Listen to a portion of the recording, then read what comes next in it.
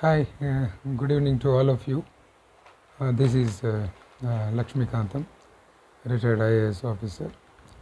In the last part, that seems to be the first part relating to the Constitution of India, wherein we have discussed at length about the different types of classifications pertaining to the constitutions in the world, and then the historical background of the constitution, which dealt particularly the company rule, because the historical background of the constitution, when we see, it contains broadly three parts. The very first part was the company rule, the second one is crown rule, the third one is constituent assembly and drafting of this constitution committee. So already we have discussed at length on this company rule in the first part of the Indian constitution.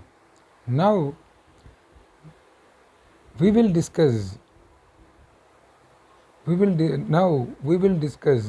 the second part of the historical background of the constitution, that's crown rule. The crown rule is nothing but the establishment of British Raj. So the period of crown rule was 1858 to 1947. Nearly 7 to 8 major acts have been framed under this crown rule.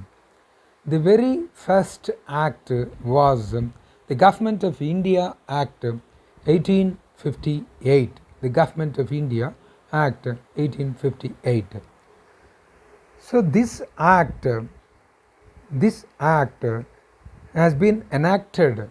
The Government of India Act 1858 has been enacted in the wake of the First War of Independence. The First War of Independence, or Sepoy Mutiny. That's around 1857.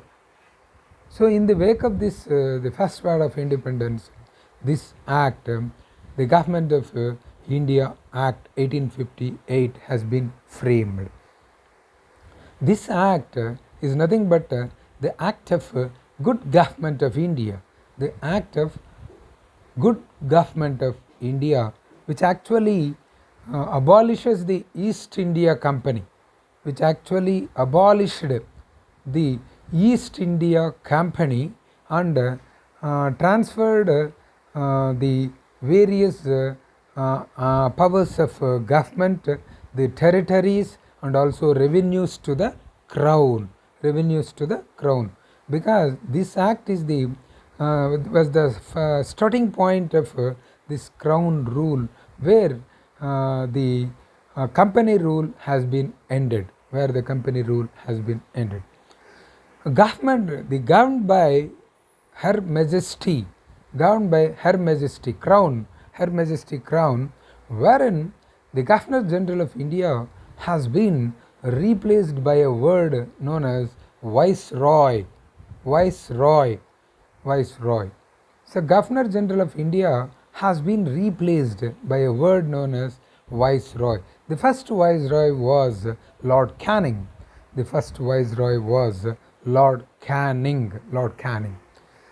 This act actually has ended the concept of double government. Particularly the Board of Control on one side and Court of Directors on the other side. So this act has ended the double government in India, that's Board of Control and Court of Directors. And this act has created a post known as Secretary of State. This is the new post at the time. This post was known as Secretary of State, which has complete control and authority over the British administration in India. over the British administration in India, which has a lot of control and complete authority over the British administration in India. And the Secretary of State was the member in British cabinet. He was the member in British cabinet. So that's the beauty of this post, Secretary of State. Then this act has created a 15-member legislative council, a 15-member legislative council to assist the Secretary of State, to assist the Secretary of State. This council was an advisory body. This council, the 15-member legislative council, was an advisory body, and the Secretary of State was made the chairman of this legislative council. He was made the chairman of the legislative council. Then this act has enacted the Secretary of State in Council, a body corporate. It's a body corporate capable of being sued and capable of suing and being sued in India and England. Stanley described this act, 1858 Government of India Act, as the act of better government of India. The act of better government of India. It was a formal change, even though it was not a substantial change. It was a formal change. So that's the description of the act, the Government of India Act 1858. The second act under this Crown's rule was Indian Council Act 1861. So this was the second act in the series of acts of this Crown's rule. This act was known as Indian Council Act 1861. This act was institutionalized. To serve the necessities of the cooperation of Indians in British administration. So British administration requires a lot of Indian cooperation at that time. So this is the act wherein it has expected a lot of cooperation from Indians. All the three presidencies, that one is the Calcutta, second one is Bombay presidency, the third one is Madras presidency. All the presidencies, three presidencies, have brought into a common system of administration.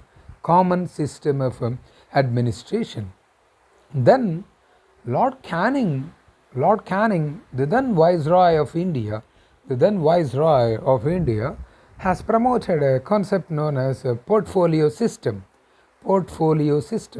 wherein the then Viceroy Lord Canning has nominated three Indians in his legislative council.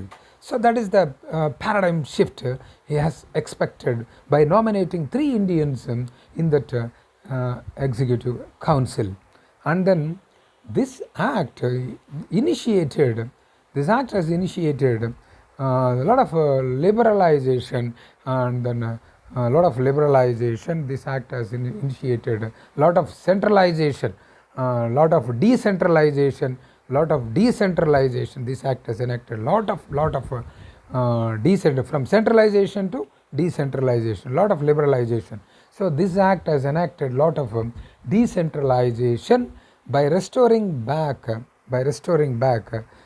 legislative powers of Bombay and Madras presidencies, because whatever the legislative powers these two presidents have foregone in the earlier company rule, that has been restored back now.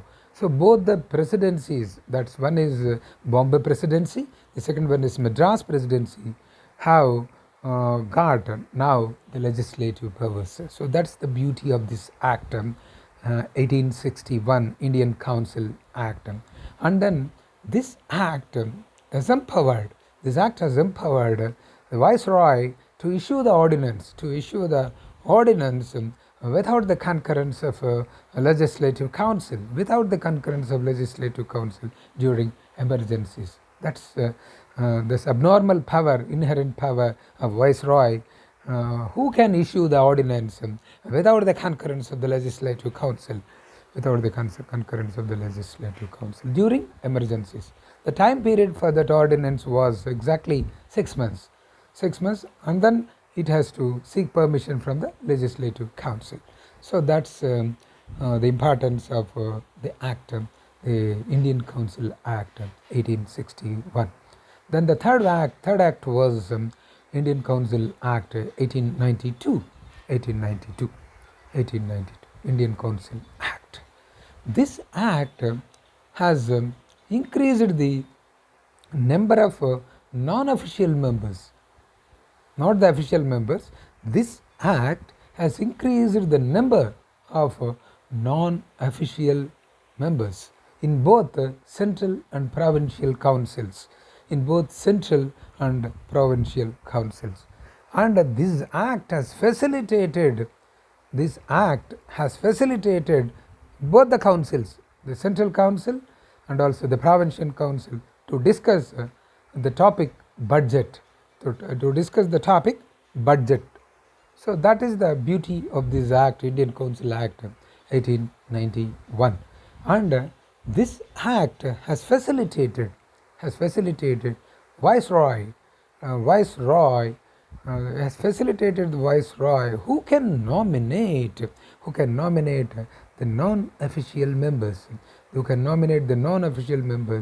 in the central council, in the central legislative council, on the recommendations of provincial councils. So on the recommendation of provincial councils, the Viceroy can nominate the non-official members in the central legislative council. In the same way, the governor can nominate the non-official members in the provincial councils, on the recommendations of district boards, district development boards, municipalities, universities, the trade unions, the chambers. So like that, the governor can nominate the non-official members in the provincial councils on the recommendations of the district boards, the development boards, and trade unions, and then these chambers, universities, and municipalities. So that's about the Indian Council Act 1892. Then fourth act in series under the crown, was this Indian Council Act 1909. This act was known as Minto-Morley Reforms Act. Lord Minto was the Viceroy at the time. And Lord Morley was the Secretary of State. The reforms under this act was known as Minto-Morley Reforms, 1909. This act has increased the number of the Central Legislative Council from 16 to 60, 16 to 60. So this act has increased the number of the Central Legislative Council from 16 to 60, and this act has facilitated the nomination of the leaders of Indian associations. This act has facilitated the nomination of the leaders of Indian association in the council. Satyendranath Tagore was the first civil servant Indian, and who was made the member of this council, in the council. He was the law member at the time. Satyendranath Tagore was the law member at the time. And this Act of 1909 has facilitated the provision of communal electorate, by preparing a separate electorate for Muslims, by preparing a separate electorate for Muslims, communal electorate. So that's why Lord Minto was considered to be the father of communal electorate, and this Act 1909 Indian Council Act was considered to be the legalized communalism Act. Then comes the Montagu-Chelmsford Act of 1919. Montagu-Chelmsford Act of 1919.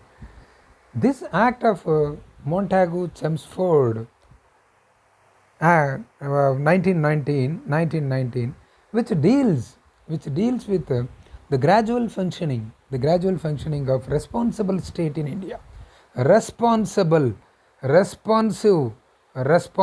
state in India. So this act clearly denotes the gradual functioning of responsible state in India.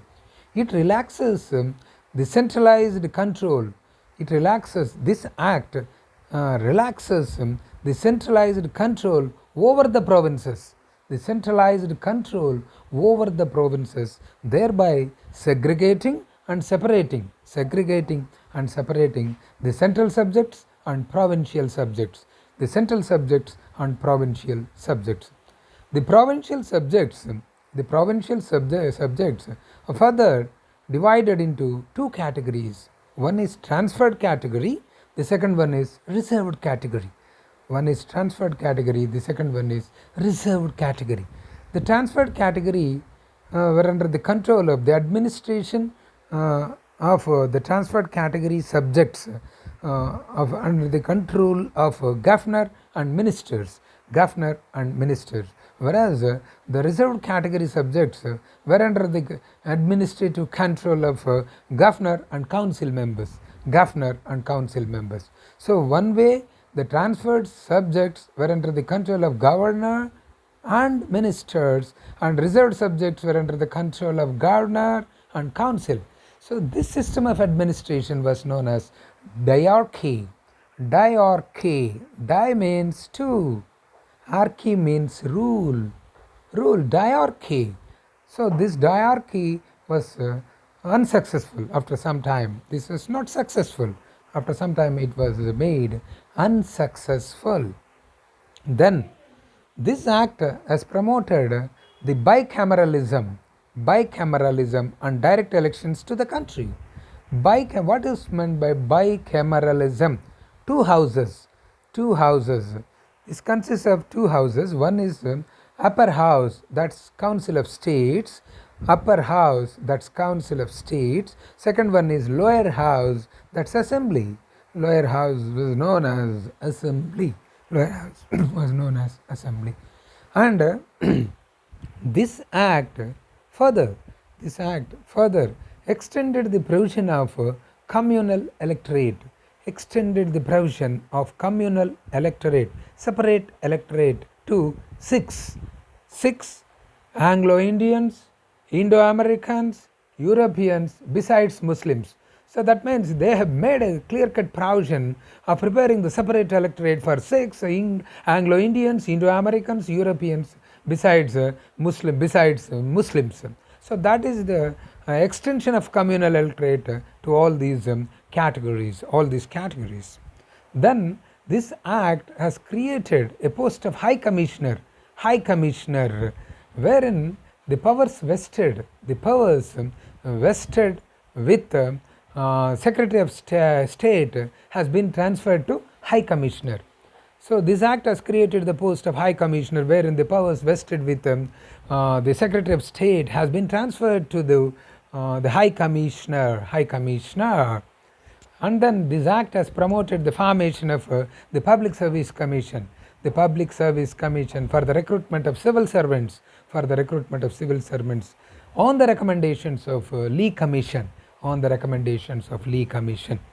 And these changes are not at all are not at all nearer to Swaraj, are not at all nearer to Swaraj, and this act leads to a lot of discontentment, distress, dissatisfaction. At the time, 1919, Rowlatt Act has come into force. Rowlatt Act has come into force under the recommendations of on the recommendations of Rowlatt Commission. Rowlatt Commission. So, lot of discontentment, lot of dissent has been prevailed. Most of the members of Indian community, they have resigned, and including Muhammad Ali Jinnah, and this was considered to be a black act. This was considered to be a black act, which leads to the indignation of Indians, indignation of Indian community. Mahatma Gandhi has designated the April 6th as National Humiliation Day. April 6th, 1919 as National Humiliation Day. National Humiliation Day. April 6th, 1919, wherein Mahatma Gandhi has coined this day as National Humiliation Day. So the next periodical change was the appointment of Simon's Commission. The British government has appointed Simon Commission under the chairman of John Simon. Under the chairman of John Simon. The total number of members was 7. All the members are from British only. None of them are from India. So there was a lot of dissentment. Go back, Simon. Like that, there was a lot of dissentment and agitation at that time. But at last, John Simon has given his report in 1930, because the commission was appointed in the year 1927. The commission has given its report on in the year 1930, and this commission has given 3 recommendations, 3 most important recommendations. The very first one was the abolition of diarchy. So already transferred and reserved subjects, diarchy was there. One was under the control of governor along with ministers, and the reserve category was under the control of governor and council. So abolition of diarchy is the first recommendation at the time, Simon's Commission. The second one was the extension of responsible government in provinces also, not only in the central. Simon Commission has recommended the extension of a responsible government even at the provinces. And the third recommendation was the establishment of British federalism in India.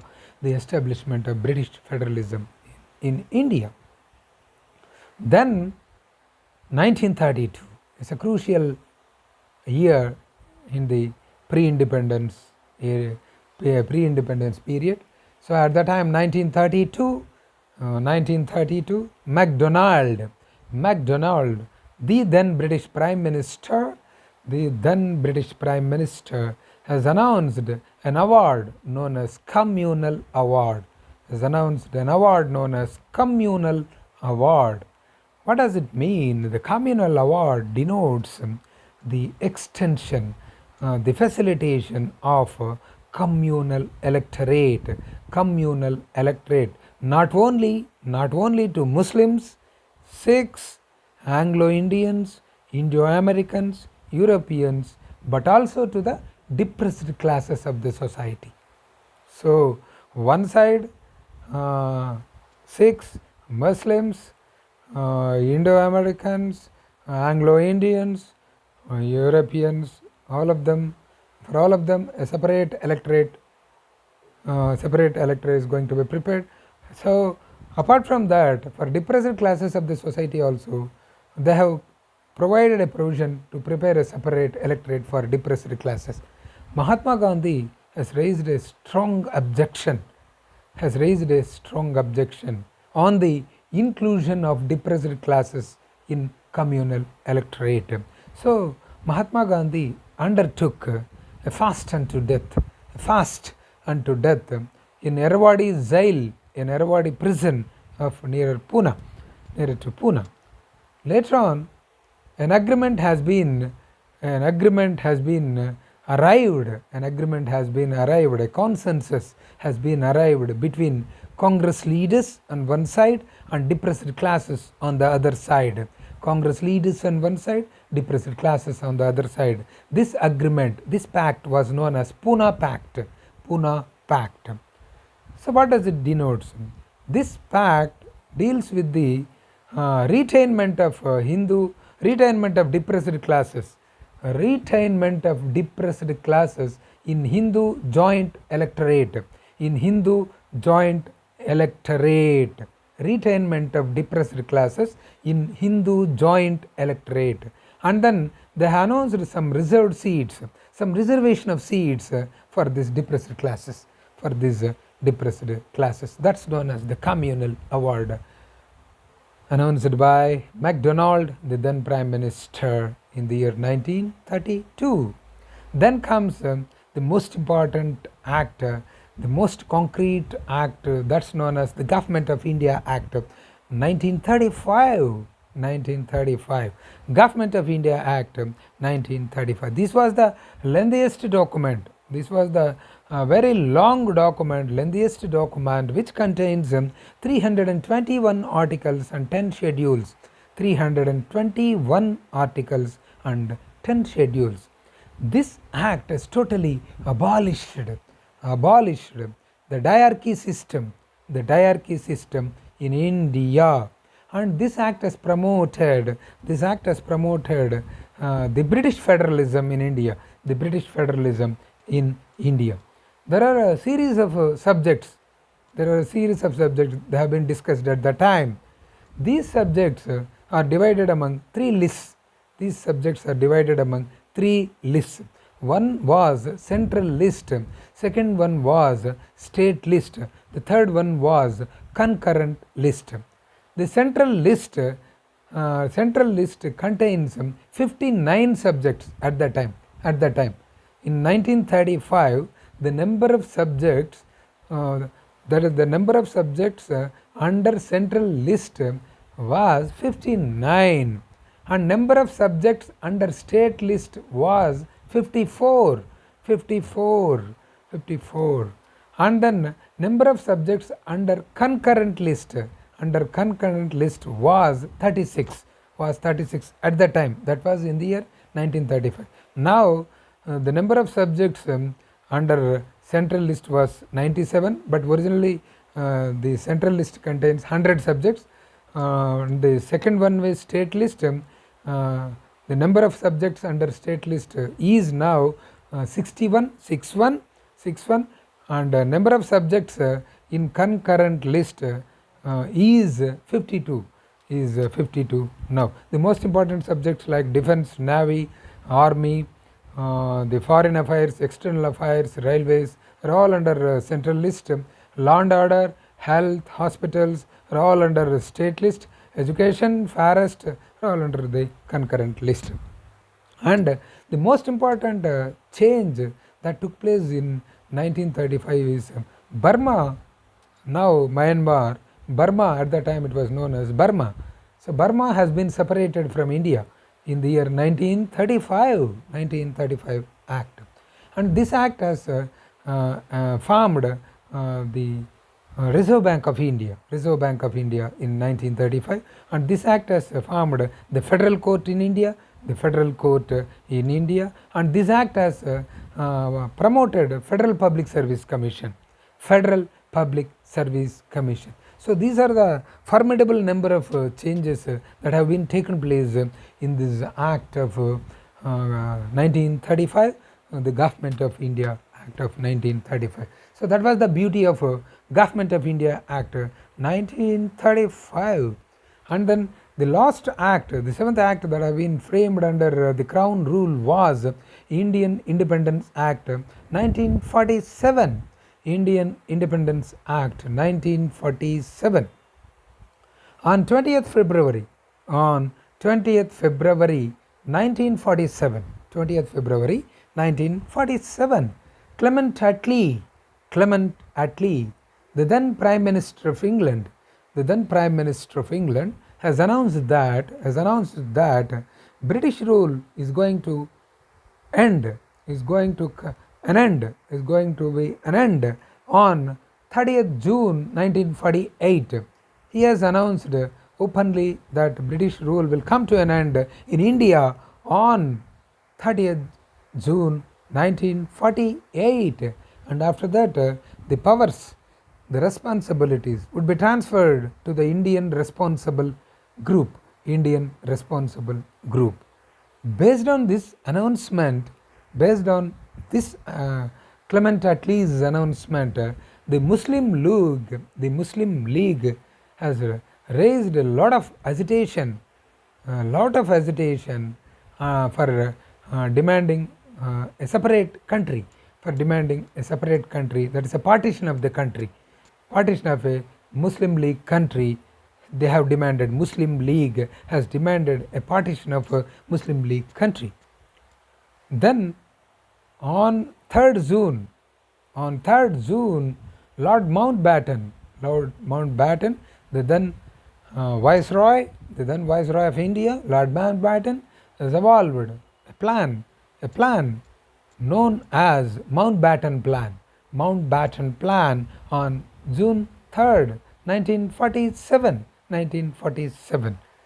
Based on this plan, both the groups have signed an agreement. One side, Congress leaders of India, and then second side, the Muslim League of Pakistan. So both the groups have signed for partition. So at last, India has attained the independence on 15th August 1947. The Pakistan country has also been bifurcated, separated, and then this act has empowered both the countries to frame the constitution on their own, and this act has given a lot of liberty. To the princely states. Lot of princely states were there at the time. This act has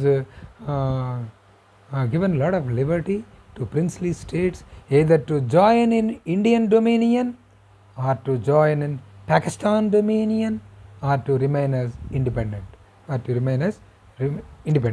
So this act has given a lot of liberty to princely states, either to join in Indian dominion, or to join in Pakistan dominion, or to remain as an independence.